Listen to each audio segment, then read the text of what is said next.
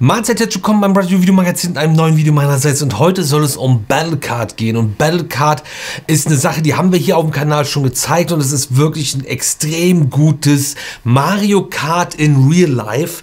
Battlecard ist eine eigene Marke, ein eigenes Brand, erinnert aber vom Prinzip her sehr stark an das Prinzip von Mario Kart, was ihr von Nintendo kennt, aber in Real Life. Ihr sitzt wirklich in Persona, in richtigen Karts und könnt dann Rennen fahren und verschiedene Objekte abschießen oder hinterlassen, so dass ihr mit Raketen die Gegenspieler trefft oder auf irgendwelchen Ölspuren ausrutschen lasst und so weiter und so fort. Und das Ganze funktioniert mit Augmented Reality und einem patentierten Lokalisierungssystem von Battlecard. Außerdem für die Position, die ihr gerade habt, beziehungsweise um über irgendwelche Kisten zu fahren, die euch dann irgendwelche Power-Ups geben, gibt es einen Bildschirm an eurem E-Kart, auf dem ihr dann seht, was ihr jetzt gerade zum Beispiel habt, dass ihr jetzt gerade eine Ölspur hinterlassen könnt und dann könnt ihr am Lenkrad einen Knopf drücken und dann seht ihr auch, wen ihr getroffen habt und auch den Punktestand, den Rang und so weiter und so fort. Das Ganze ist auch sehr interaktiv. Es gibt auch noch die Möglichkeit, dass an die Wand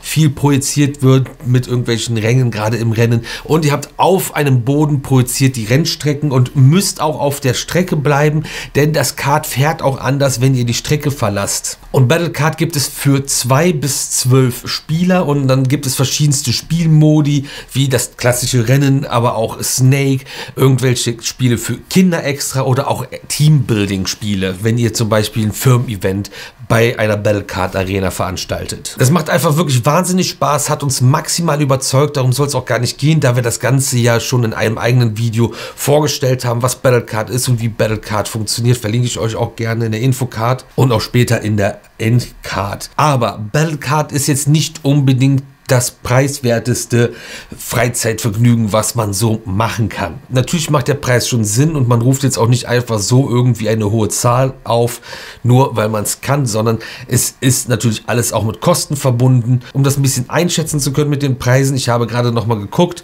im Fall von Köln kosten 15 Minuten Battlecard aktuell 22 Euro. Solltet ihr danach nochmal weitere 15 Minuten spielen wollen, seid ihr bei 20 Euro und alle weiteren 15 Minuten Spiele danach kosten 17 Euro pro Person. Unter 16 Jahren gelten nochmal andere Preise, die etwas reduzierter sind, aber ihr müsst auch mindestens 1,45 Meter groß sein, um Battlecard spielen bzw. fahren zu können. Ihr müsst aber keine großen fahrerischen Fähigkeiten mitbringen und auch keine großen Gamer-Fähigkeiten, sondern es ist einfach wirklich für jeden machbar. Und deswegen eignet sich Battlecard ja auch so gut für Geburtstage, Junggesellenabschiede oder Firmenfeiern. Und wir feiern quasi auch 10 Jahre Battlecard, denn seit 2015 gibt es Battlecard in Belgien und Stand heute und jetzt gibt es 35 Standorte, wo ihr Battlecard erleben könnt. Unter anderem natürlich in Belgien bzw. komplett Benelux-Länder, auch einige in Frankreich, in Deutschland auch in Köln, Trier, Aachen, Bispingen oder Schloss Dankern und auf vielen weiteren Standorten, aber auch in Australien oder sogar in Saudi-Arabien. Auf jeden Fall ist das Ganze ja ein sehr gutes Produkt, aber wie kann es sein, dass die überall am Start sind? Und inzwischen ist Battlecard halt ein Franchise-Produkt und damit hat man angefangen, nachdem man das Ganze komplett ausentwickelt hat und alles stabil und sicher läuft. Und jetzt kann jeder quasi von uns seine eigene Battlecard Arena aufmachen und damit auch in kürzester Zeit Geld verdienen. Was Franchise ist, sollte eigentlich jeder wissen, würde ich jetzt von ausgehen, aber auch da nochmal schnell die letzten abgeholt. Wenn ihr zum Beispiel auf die Idee kommen solltet, einen Burgerladen aufzumachen, aber nicht so geile Burger machen könnt oder habt oder auch gar nicht so der Player seid und die Konkurrenz euch zu groß ist, könnt ihr auf die Idee kommen und zu sagen, okay, dann mache ich eine McDonalds-Filiale auf und dann könnt ihr zu McDonalds gehen und sagen, ey, yo, ich möchte Franchise-Nehmer werden. Und dann bist du trotzdem selbstständig, hast deine eigene Bude, hast dein eigenes Personal, aber von McDonalds bekommst du dann die Rechte, den Namen zu benutzen. Das Ganze sieht dann aus wie eine McDonalds-Filiale. Du musst aber dafür natürlich auch die Produkte bei denen einkaufen. Du kriegst aber auch die Rezepte und Methoden und Möglichkeiten und Schulungen und so weiter und so fort, wie man das Ganze kennt. Und McDonalds macht dann auch die große Werbung, die überall ist und so weiter und so fort. Also du profitierst natürlich dann auch von diesem großen Netzwerk und diesem großen System. Es ist ja auch Systemgastronomie in dem Fall, jetzt in diesem kleinen Beispiel. Aber der Franchisegeber, die Brand, verdient natürlich auch an dir mit und so profitieren wenn es gut und richtig läuft, beide voneinander. Als ganz einfaches Beispiel. Und Battlecard ist inzwischen auch Franchise. Das hier ist übrigens keine Promo für deren Franchise-Modell. Ich stehe in gar keinem Kontakt mit irgendjemandem von Battlecard. Ich bekomme hier auch nichts für.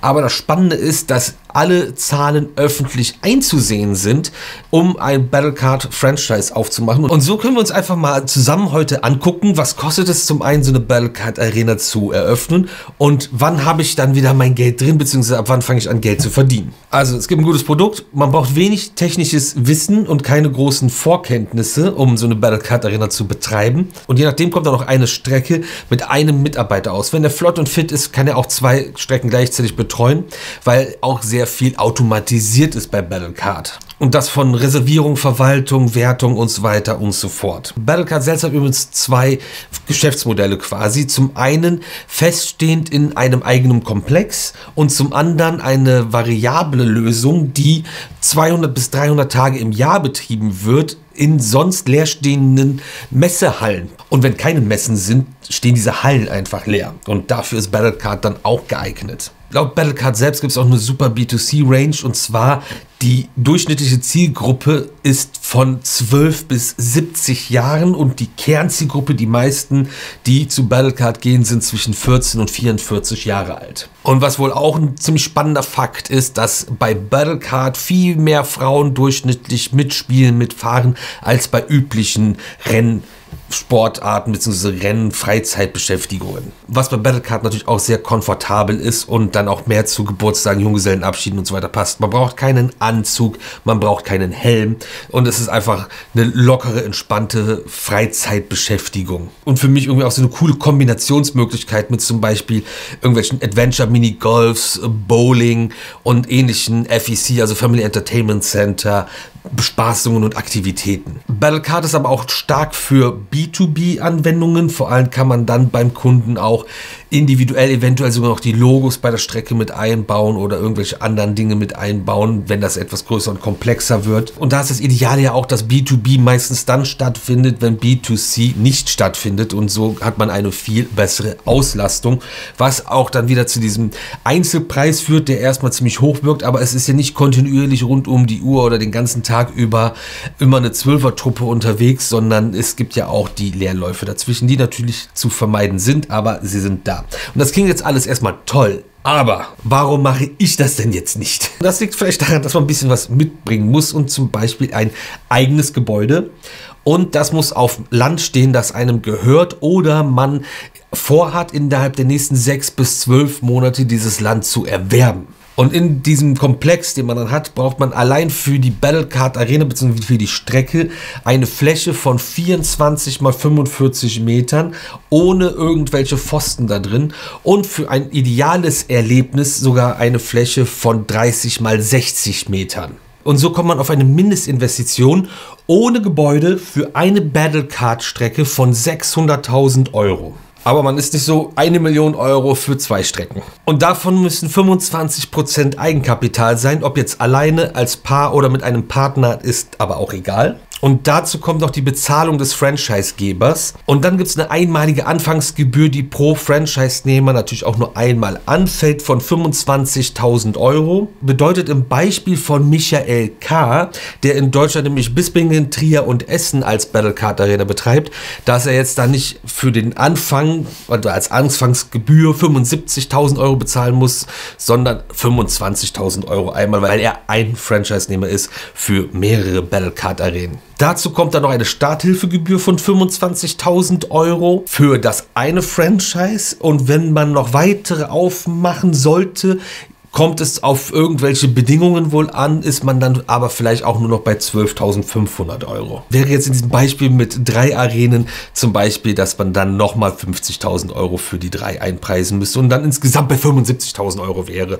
die man dann Battlecard gibt. Aber das ist natürlich noch nicht alles. Das Ganze ist natürlich auch noch an eine Dynamik gekoppelt, und zwar die Supportgebühr von 8% des Umsatzes. Und das sind 8% des öffentlichen Preises pro Minute der meistverkauften verkauften Sitzungen mal Anzahl der gespielten Minuten. Und bis zu dem Punkt war ich noch so, ja, das klingt alles echt gut und jetzt habe ich wieder gar keine Ahnung. Also ich habe auch grundsätzlich keine Ahnung, aber bis dahin klang es für einen Laien auf jeden Fall gut und ich weiß nicht, ob das immer noch gut ist oder nicht. Aber bei so vielen Battlecard-Arenen, die aufmachen, scheint das immer noch eine ziemlich gute Sache zu sein. Das jetzt von mir irgendwie einzuordnen, einzuschätzen, ob das jetzt wirklich gut oder schlecht ist, wäre komplett unseriös, weil ich da wirklich gar keine Ahnung von habe. Und trotz all diesen erstmal vielleicht hochwirkenden Zahlen, laut Battlecard haben die meisten nach einem Jahr im Durchschnitt ihr Invest amortisiert. Ich habe keine Ahnung, das von mir selber jetzt hier einschätzen und einordnen zu lassen, wäre total unseriös. Wenn ihr Plan habt und das einordnen könnt, lasst es uns gerne wissen. Dann lernen wir alle auch noch mal ein bisschen was dazu. Solltet ihr jetzt ein Battlecard Arena als Franchise-Nehmer aufmachen, ladet uns gerne mal ein, dass wir fahren können. Battlecard, wenn ihr jetzt ganz viele Franchise-Nehmer findet oder keine Ahnung, wie reich damit werdet, Support-Links in der Videobeschreibung.